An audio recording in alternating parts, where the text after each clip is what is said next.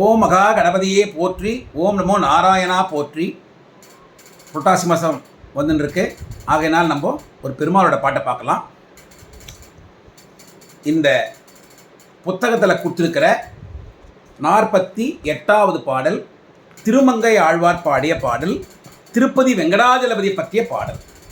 அதெல்லாம் முக்கியம் புரட்டாசி மாதத்துக்கு. அதனால் அந்த பாட்டு நம்ம எடுத்துருக்கிறோம். திருமங்கை ஆழ்வாரை பற்றி ஏற்கனவே நம்ம வாடினேன் அந்த பாடலில் ஒரு இன்ட்ரடக்ஷன் கொடுத்துருக்குறோம். அவரோட பேக்ரவுண்டு அதுலேருந்து தெரியும் அவர் யார், என்ன விவகாரம்னு சொல்லிட்டு. அதனால் நம்ம நேராக பாட்டுக்கே போயிடலாம். தாயே தந்தை என்றும் தாரமே கிளை மக்கள் என்றும் நோயே பட்டொழிந்தேன் உன்னை காண்பதொரு ஆசையினால் வேயே பூம்பொழில் சூர் விரையா திருவேங்கடவா நாயேன் வந்தடைந்தேன் நல்கி ஆள் என்னை கொண்டருளே. பாடல் இவ்வளோதான். ரொம்ப எளிமையான பாடல், ரொம்ப ரொம்ப ரொம்ப ஆழமான பாடல். இது முக்கியமான பாடல். தாயே தந்தை என்றும் தாரமே கிளை மக்கள் என்றும். தாய், தந்தை, மனைவி, கிளை மக்கள். நம்ம பசங்க மட்டும் இல்லை, மற்ற கிளைகள், கிளை மக்கள், மாமா, மச்சன், அண்ணன், தம்பி, எல்லா உறவும் அதில் இருக்குது. தாயே தந்தை என்றும் தாரமே கிளை மக்கள் என்றும் நோயே பட்டொழிந்தேன். இந்த பாச வலையில பின்னி அதில் இருக்கிற நோய் இருக்க, அதுதான் பெரிய நோய். அந்த நோய் பட்டு நான் ஒழிஞ்ச போயிட்டேன்பா, என்ன பண்ணுறது எனக்கு தெரியல. நோயே பட்டொழிந்தேன் உன்னை காண்பது ஒரு ஆசையினால். அந்த மாதிரி வந்து ஒழிஞ்சு போட்டனால மனம் தளர்ந்து போச்சு. அந்த சமயத்தில் உன்னை பார்க்கணும்னு சொல்லி எனக்கு ஒரு ஆசை வந்தது. உன்னை காண்பது ஆசையினால் வேயை பூம்பொழில் சூர் விரையார் திரு வேங்கடவா. வேயைனா நல்ல மூங்கில் மரங்கள்லாம் இருக்கிற இடம். பூம்பொழில்னா பூ பூக்கிற செடிகளும் மரங்களும் இருக்கிற இடம்.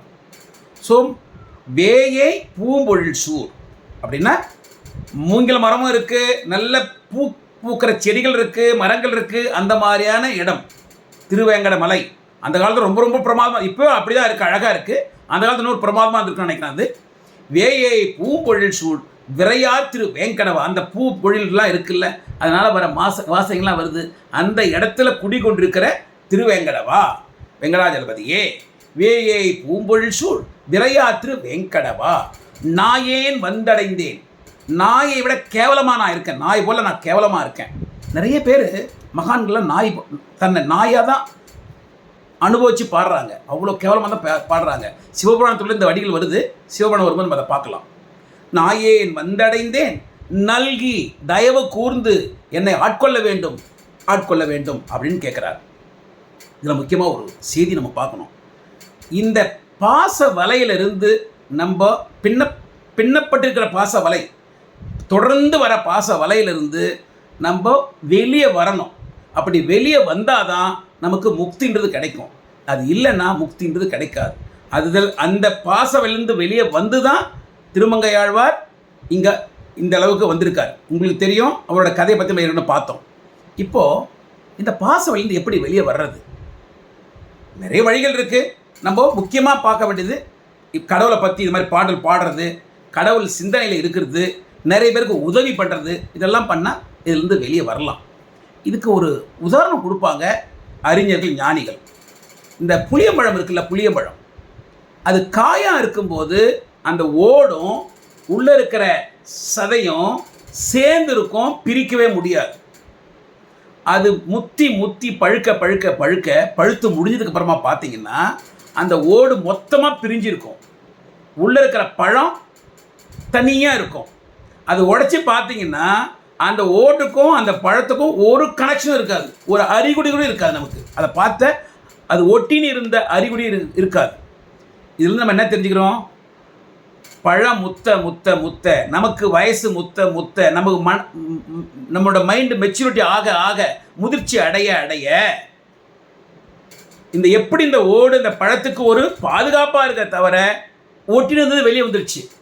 அதே போல் நம்மவும் இந்த பாச வலையிலிருந்து நம்ம முதிர்ச்சி அடைய முதிர்ச்சி அடைய முதிர்ச்சி அடைய அவங்களுக்கு, நம்மளோட சுற்றத்தினர்களுக்கு நம்ம ஒரு பாதுகாப்பாக இருக்கலாமே தவிர, ஆனால் அந்த வலையில் மாட்டி சிக்கக்கூடாது. அப்படி சிக்கிக்கிட்டோம்னா நம்மளால் இந்த பிறவி எனும் பெருங்கடை கடக்க முடியாது. திரும்ப திரும்ப நம்ம பிறக்க தான் செய்யணும், வேறு வழி கிடையாது. ஆகையினால் நம்மளும் இதை தெரிஞ்சுட்டு பற்றற்ற பற்று வைக்கணும்னு சொல்கிறாங்க. புளியம்பழம் தான் நல்ல உதாரணம். பற்றில்லாத பற்று, அதாவது நமக்கு அவங்களுக்கு பாதுகாப்பாக இருக்கிற பற்று, மற்ற பற்றுகள் இல்லை. அப்படி நம்ம வெளியே வரணும். அந்த மாதிரியான பாடல். இந்த பாச வலையிலிருந்து பிரிஞ்சு நான் ஏன் வந்தடைந்தேன், நாயை விட கேவலமாக இருக்கேன், நான் உங்களை அடைஞ்சிட்டேன், சரணாகதி, சரணம் அடைஞ்சிட்டார். போய் நம்ம அவர்களை சரணம் அடைஞ்சிடணும். எல்லாம் நீங்கள் தான், எல்லா பிரச்சனையும் நான் பார்த்துட்டேன், என்னால் முடியல, அசந்து போயிட்டேன், தலைச்சு போயிட்டேன், நான் உங்ககிட்ட வந்துட்டேன், என்னை காப்பாற்றி கொடுங்க அப்படின்னு போனோம்னா அவங்க காப்பாற்றி கொடுப்பாங்க. அப்படிப்பட்ட பாடல் தான் இது. பாசவலிருந்து பிரிஞ்சு வந்து சரணாகதி அடைகிற பாடல். அப்படியே பாடலை பாடுற கேளுங்க. தாயே தந்தை என்றும் தாரமே கிளை மக்கள் என்றும் நோயே பட்டொழிந்தேன் உன்னை காண்பதோர் ஆசையினால் வேயே பூம்பொழில் சூட் விரையா திரு வேங்கடவா நாயேன் வந்தடைந்தேன் நல்கியால் என்னை கொண்டருனே. ஓம் வெங்கடாஜலபதியே போற்றி, கோவிந்தா போற்றி, நாராயணா போற்றி, ஓம் விஷ்ணு பகவானே கோவிந்தா போற்றி போற்றி போற்றி.